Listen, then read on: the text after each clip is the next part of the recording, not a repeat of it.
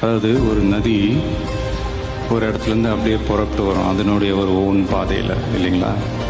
அப்படி வரும்போது ஒரு இடத்துல கொஞ்சம் பேர் கூடி நின்று விளக்குகளை ஏற்றி நதியில் விட்டு வணங்குவாங்க. நதி போய்கிட்டே இருக்கும். இன்னொரு இடத்துல சில பேர் பூக்களை தூவி நதியை வரவேற்பாங்க. நதி போய்கிட்டே இருக்கும். வேற ஒரு இடத்துல சில பேர், நம்மளை பிடிக்காத சில பேர், நதியில கல்லெறிஞ்சு விளையாடுவாங்க. நதி பாட்டுக்கு போயிட்டே இருக்கும்.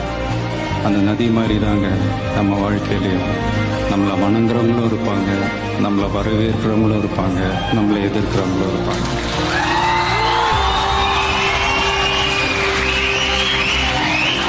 நம்ம